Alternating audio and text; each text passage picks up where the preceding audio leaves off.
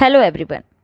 जैसा कि आपको पता है क्लास 12th की ऑनलाइन क्लासेस स्टार्ट हो चुकी हैं और हम चैप्टर फर्स्ट स्टार्ट कर चुके हैं। कुछ वीडियोस में चैप्टर फर्स्ट के कुछ टॉपिक कुछ विषयों के बारे में हम चर्चा कर चुके हैं, जिनमें से पहला है चैप्टर फर्स्ट है हमारा जीवों में जनन, और इसके अंतर्गत आने वाली जो टॉपिक हम पढ़ चुके हैं उनमें है जीवन अवधि। जीवन अवधि के बाद हमने प्रजनन क्या है, प्रजनन की भूमिका क्या है, प्रजनन के प्रकार पढ़े। जीवों की संख्या के आधार पर प्रजनन दो प्रकार के हैं, लैंगिक व अलैंगिक। लैंगिक व अलैंगिक जनन के अंदर हमने अंतर भी किए। अलैंगिक जनन के विभिन्न प्रकारों के बारे में भी हमने पढ़ा और डिस्कस किया।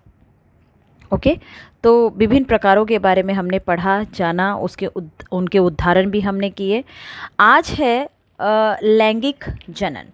तो लैंगिक जनन के बारे में एक बार पुनः हम बात करते हैं।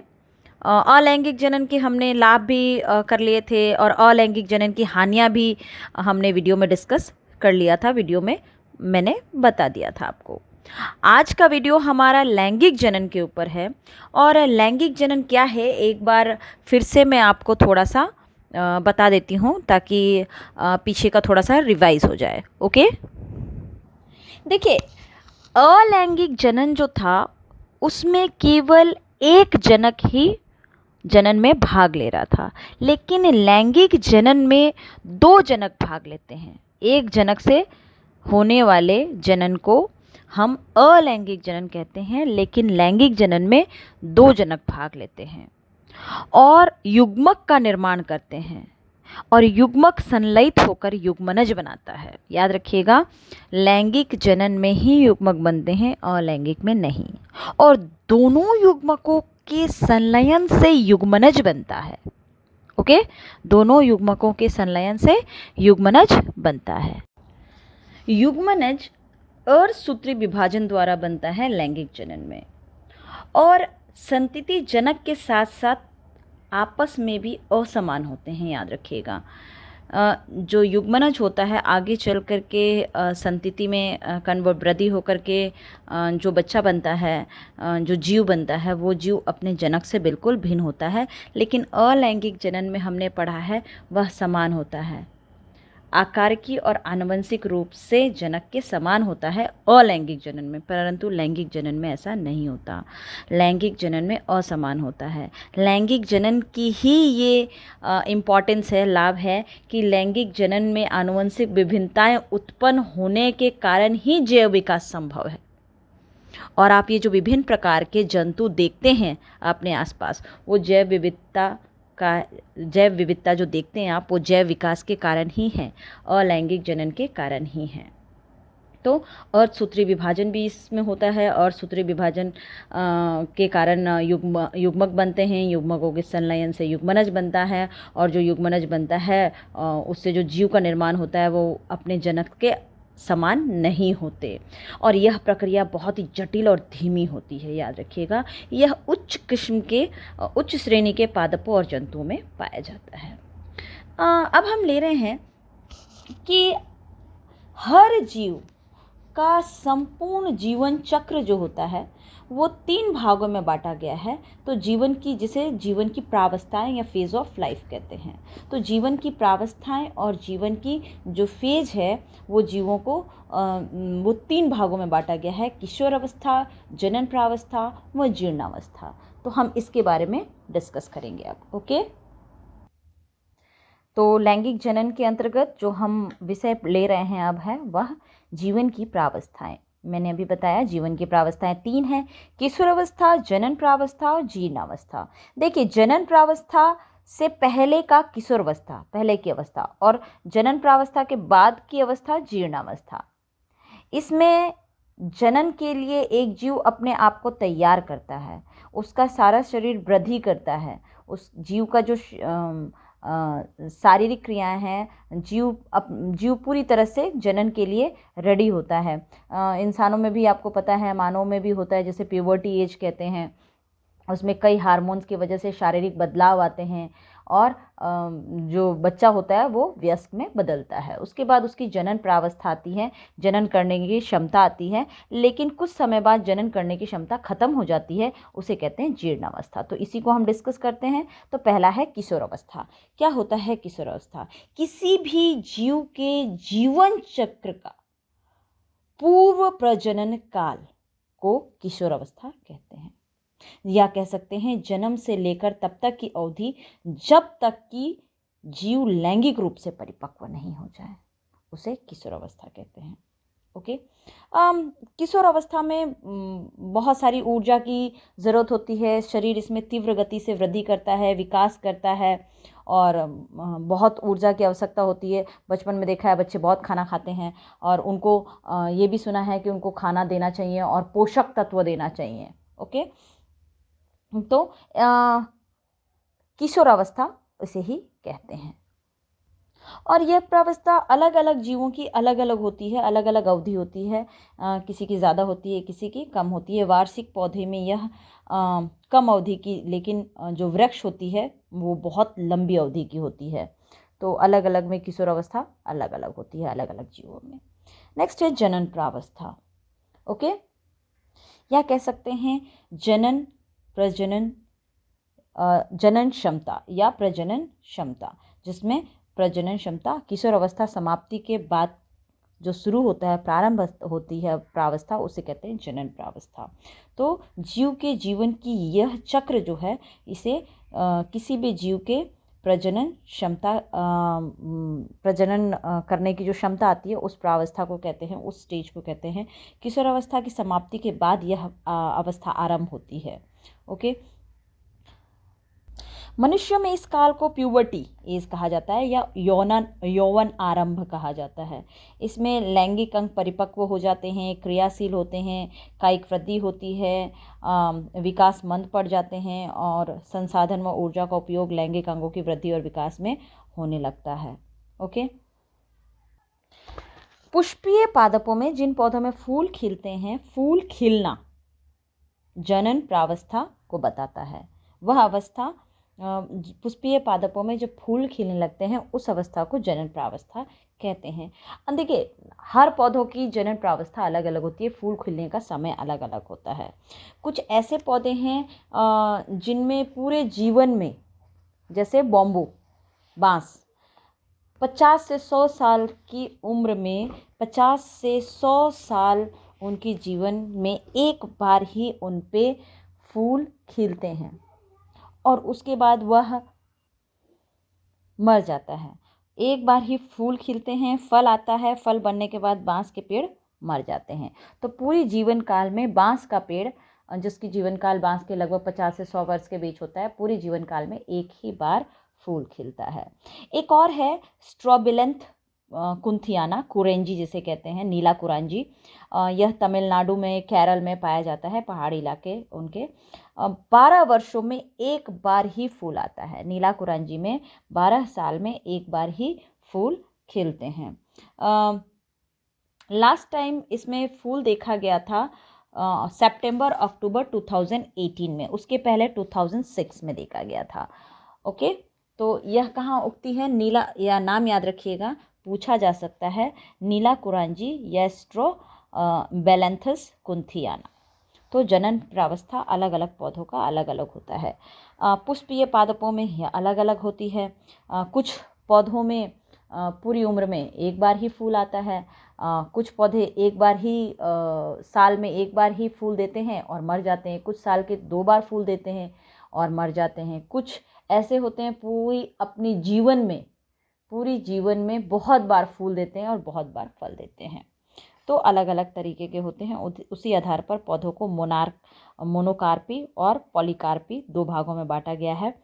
जो अपने जीवन काल में केवल एक बार फूल खिलाते हैं, मोनोकार्पी, और बहुत बार फूल खिलाते हैं, उससे हम बहुत बार वर्ष में, पूरी उम्र में पेड़ के हम कई बार उससे फल खा सकते हैं या कई बार फल प्राप्त कर सकते हैं, उसे कहते हैं पॉलीकार्पी। ओके। प्रजनन काल के आधार पर जंतुओं को, अभी तक हमने पादपों का पढ़ा, दो भागों में। प्रजनन काल के आधार पर जंतुओं को भी दो समूह में रखा है। एक मौसम के अनुसार प्रजनन करते हैं और एक लगातार प्रजनन करते हैं, जिसे सतत प्रजनक या कंटिन्यूस ब्रीडर कहते हैं। और मौसम प्रजनक को सीजनल ब्रीडर कहते हैं। जैसे कि आपने सुना ही होगा, कुछ ऐसे पंछी होते हैं जो सही मौसम आने पे ही अंडे देते हैं। आपने कई ऐसे पंछी हैं जो अलग अलग मौसम में प्रजनन करते हैं, हर एक मौसम में प्रजनन नहीं करते हैं। छिपकली है जैसे, वो अपने सही मौसम आने पर प्रजनन करती है। तो ऐसे स्तनधारी हो चाहे छोटे जीव हों, प्रकृति में रहने वाले पंछी मौसमी प्रजनक कहलाते हैं और प्राकृतिक वन्य परिस्थिति में रहने वाले स्तनधारी भी मौसमी प्रजनक कराते हैं।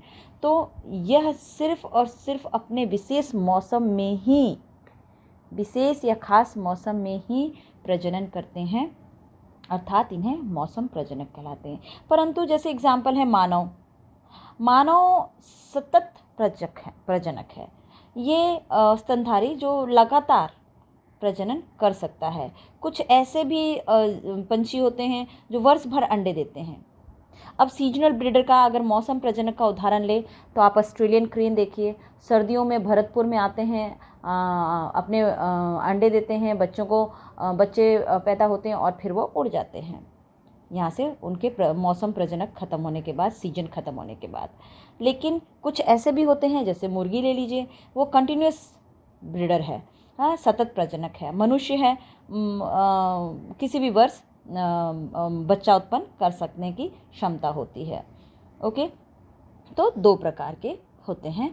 किसके आधार पर? समूह प्रजनन काल के आधार पर दो समूह में बांटा गया है। ओके, अब एक और बात इसी के अंतर्गत आती है कंटिन्यूस और सीजनल ब्रीडर के। कंटिन्यूस ब्रीडर के अंदर भी दो तरीके। कंटिन्यूस ब्रीडर में देखिए, जो कंटिन्यूस ब्रीडर में दो तरीके की उनकी पूरे लाइफ की साइकिल को बांटी गई है, महीने की साइकिल को। एक को कहते हैं ऑस्टियस साइकिल, मध्य चक्र, और एक को कहते हैं ऋतुस्राव चक्र।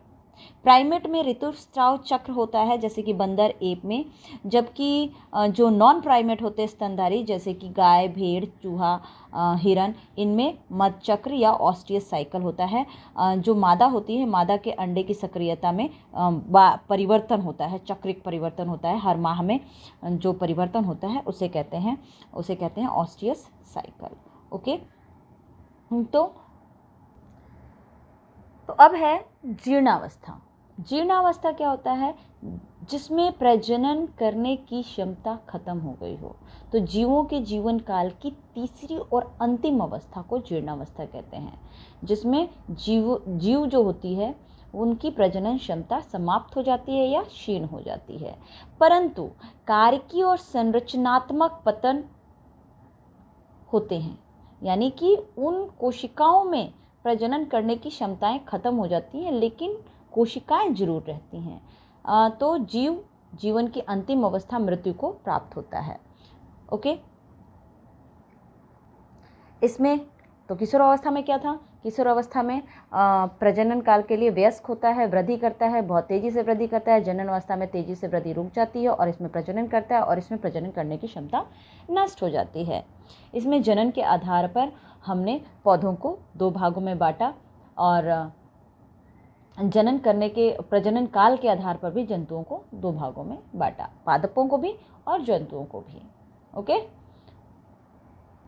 देखिए ये तीनों जो जीवन की प्रावस्थाएं हैं, जनन प्रावस्थाएं, इनको तीन भागों में बांटने के लिए या तीन चरणों में बांटने के लिए या तीनों चरण अलग अलग करने के लिए इनके लिए सबसे ज़्यादा रिस्पॉन्सिबल है, उत्तरदायी है इन तीनों प्रावस्थाओं के लिए, तीनों प्रावस्थाओं में बदलाव के लिए हार्मोन। ओके, हार्मोन तथा कुछ विशेष पर्यावरणीय जो कारक होते हैं उनके बीच परस्पर क्रियाएं होती हैं, जिसके फलस्वरूप ये बदलाव होते हैं। और जनन प्रावस्था में जो लैंगिक जनन की कुछ घटनाएं होती हैं, वो घटनाएं आगे हम पढ़ेंगे। और लैंगिक जनन की उन घटनाओं को तीन भागों में फिर से बांटा गया है। तो लैंगिक जनन की जो घटनाएं हैं उनके बारे में लेते हैं, लैंगिक जनन की घटनाएं या परिघटनाएं। तो इवेंट्स इन सेक्सुअल रिप्रोडक्शन में अब क्या होता है, इन दोनों का तो हमने बता दिया। अब आगे जनन प्रावस्था को कंटिन्यू रखते हैं। ओके, निषेचन पूर्व में हम दो युग्मकों के संलयन यानी निषेचन होने से पहले की घटना पढ़ेंगे, युग्मकों का निर्माण। ओके, तो इसमें हम पढ़ेंगे कि युग्मक कैसे होते हैं, सभी में समान आकार के होते हैं, अलग अलग प्रकार के होते हैं। तो निषेचन से पहले की अवस्था युग्मकों के बारे में जानेंगे। फिर युग्मकों के संलयन, युग्मक संलयन कहाँ होता है यह पढ़ेंगे, इसमें कहाँ पर संपन्न होता है, और युग्मक संलयन होने के बाद जो युग्मनज बनता है उसको निषेचन पश्च में पढ़ेंगे। तो हमारा पहला है निषेचन पूर्व की घटना, लैंगिक जनन की वह घटना। लैंगिक जनन की घटनाओं को 3 भागों में बांटा है, निषेचन पूर्व, निषेचन और निषेचन पश्च। तो हम पहले लेंगे निषेचन पूर्व घटना। ओके, देखिए, निषेचन पूर्व में युग्मकों का निर्माण होता है। आपको पता ही है कि लैंगिक जनन में 2 अलग अलग प्रकार के युग्मकों का निर्माण होता है, नर युग्मक और मादा युग्मक। ओके, युग्मक अगुणित कोशिकाओं की बनी होती हैं। अगुणित का मतलब उनमें गुणसूत्रों की संख्या, कायिक कोशिकाओं में गुणसूत्रों की संख्या की आधी होती हैं। ओके, तो निषेचन पूर्व में युग्मकों का निर्माण होता है, नर और मादा युग्मक। युग्मकों में अगुणित कोशिकाएं होती हैं। अब इनको भी इनकी आकार के आधार पर 2 भागों में बांटा गया है। यदि नर और मादा युग्मक समान दिखाई पड़ते हैं एक दूसरे के, तो उसे कहते हैं समयुग्मकी। नर और मादा अगर समान दिखाई देते हैं तो उसे कहते हैं समयुग्मकी। जैसे उदाहरण है शैवाल में क्लाइडोमोनास के अंदर। ओके, क्लेडोफोरा भी जिसे कह सकते हैं, एक शैवाल में समयुग्मकी। दोनों के दोनों का आकार जो होता है इस प्रकार का, देखिए, नर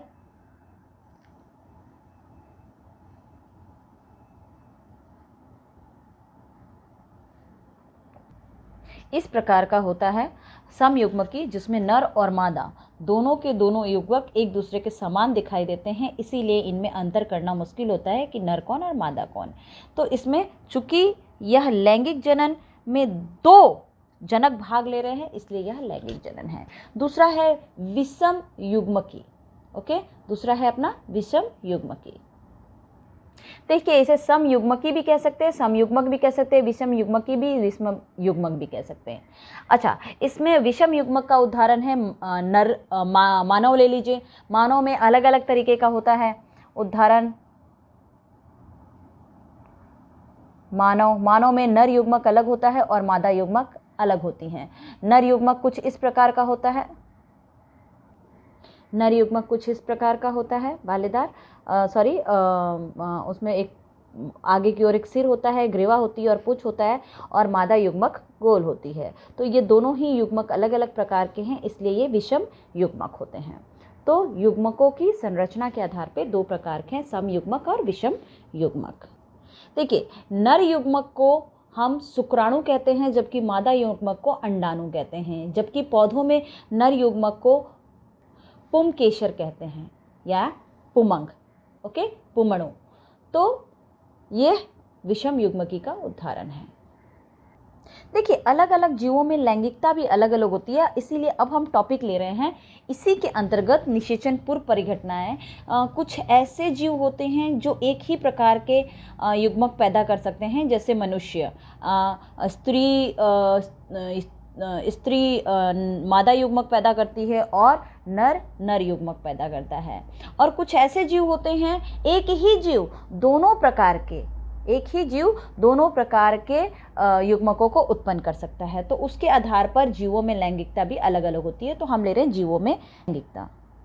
तो जीवों में लैंगिकता के आधार पर यदि हम देखें तो युग्मक भिन्न भिन्न प्रकार के होते हैं। विषम युग्मक की बात कर रहे हैं हम। विषम युग्मक में नर युग्मक नर द्वारा उत्पन्न किया जाता है और मादा युग्मक मादा द्वारा। तो उन्हें एक लिंगी जीव कहते हैं। ऐसे जीव जिनमें एक ही युग्मक उत्पन्न करने की क्षमता होती है, या लैंगिक प्रजनन प्रदर्शित करने वाले जीव जो एक ही प्रकार के युग्मकों को उत्पन्न करने की क्षमता रखते हैं, उन्हें एक लिंगी जीव कहते हैं। एक ही जीव जो एक ही प्रकार के युग्मक उत्पन्न कर सकते हैं, यूनिसेक्सुअल, यानी कि एक लिंगी जीव। ओके, जैसे कि मनुष्य में नर नर युग्मक पैदा करता है, मादा मादा युग्मक पैदा करती है। तो उदाहरण के लिए गाय, घोड़ा, कुत्ता, बिल्ली, मनुष्य, ये सभी एक लिंगी जीव है। द्विलिंगी ऐसे जो नर युग्मक और मादा युग्मक दोनों को उत्पन्न करने की क्षमता रखते हैं। उदाहरण केचुआ, टेपवर्म, ये द्विलिंगी जीव हैं। ओके, तो जब नर और मादा युग्मक का निर्माण एक ही जीव द्वारा किया जाता है तो उसे द्विलिंगी जीव कहते हैं। परंतु कभी पौधों में एक विशेष स्थिति आती है। पौधों में एक विशेष स्थिति ऐसी आती है कि कुछ ऐसे पौधे होते हैं जिसमें नर और मादा जननांग ही अलग अलग होते हैं। नर जननांग, पौधों के लिए हम बात कर रहे हैं, पौधों में एक नई स्थिति होती है। नर और मादा अंग किसी एक ही पौधे पर स्थित हो सकते हैं। जैसे एक ही पौधे के अंदर दोनों जननांग हो सकते हैं और कुछ में नर फूल अलग होता है और मादा फूल अलग होती है। तो पौधों के लिए इसको दो भाग बांटा जा सकता है, एक लिंगाश्रयी और उभय लिंगाश्रयी। ओके, देखिए इन दोनों में ज़्यादा कंफ्यूज नहीं होना। यूनिसेक्सुअल ऐसे ऑर्गेनिज्म जिनमें एक ही जंतु के अंदर एक सेक्स ऑर्गन ही एक ही गैमेट पैदा कर सकता है, एक जैसा ही गैमेट उत्पन्न कर सकता है, दो नहीं। नर युग्मक और मादा युग्मक दोनों को वो उत्पन्न नहीं कर सकता, यूनिसेक्सुअल। और यूनिसेक्सुअल अगर देखा जाए तो नर युग्मक को उत्पन्न करने वाली अलग और करने वाला जीव अलग, और मादा उत्पन्न करने वाली मादा युग्मक को उत्पन्न करने वाली जीव अलग। तो उसके आधार पे लिंग के आधार पे कितने तरीके के प्राणी हो गए उसमें, तो इसमें दो प्रकार के प्राणी हो गए। तो ये होगा डायसियस, यानी एक लिंगाश्रयी, यानी ऐसे जीव जिनमें नर और मादा अलग अलग होते हैं। नर और मादा जननांग अलग अलग धारण करने वाले जीव। तो अलग अलग नर होंगे, नर अलग और मादा अलग होंगे, तो ऑब्वियसली जो युग्मक प्रोड्यूस करेंगे या युग्मक उत्पन्न करेंगे वो अलग अलग होगा, वो यूनिसेक्सुअल होंगे। द्विलिंगाश्रयी एक ही जीव जो नर और मादा दोनों युग्मकों को उत्पन्न करे, तो वो क्या होंगे, एक ही जंतु होगा, मोनोसियस एक ही जंतु होगा, और उसे उभय लिंगाश्रयी, यानी कि दोनों के दोनों लिंग हैं उसमें, इसीलिए वह नर और मादा दोनों किस्म के युग्मकों को उत्पन्न करने की क्षमता रखता है। इसलिए इनमें कंफ्यूज नहीं होना।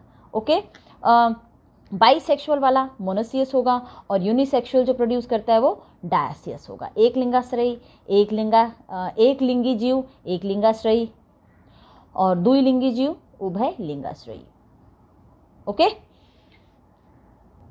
एक और इम्पॉर्टेंट बात बता दूं, आपकी बुक में ये मेंशन है, इसको अलग से ही नोट करके लीजिएगा।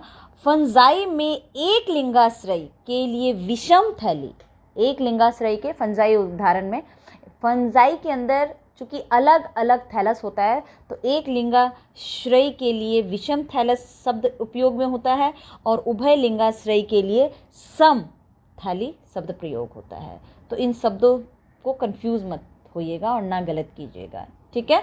ओके, देखिए किसी भी जीव के शरीर में दो प्रकार की कोशिका होती हैं, एक कायिक कोशिका, दूसरी जनक कोशिका। सोमेटिक एंड रिप्रोडक्टिव सेल्स दो तरीके की होती हैं।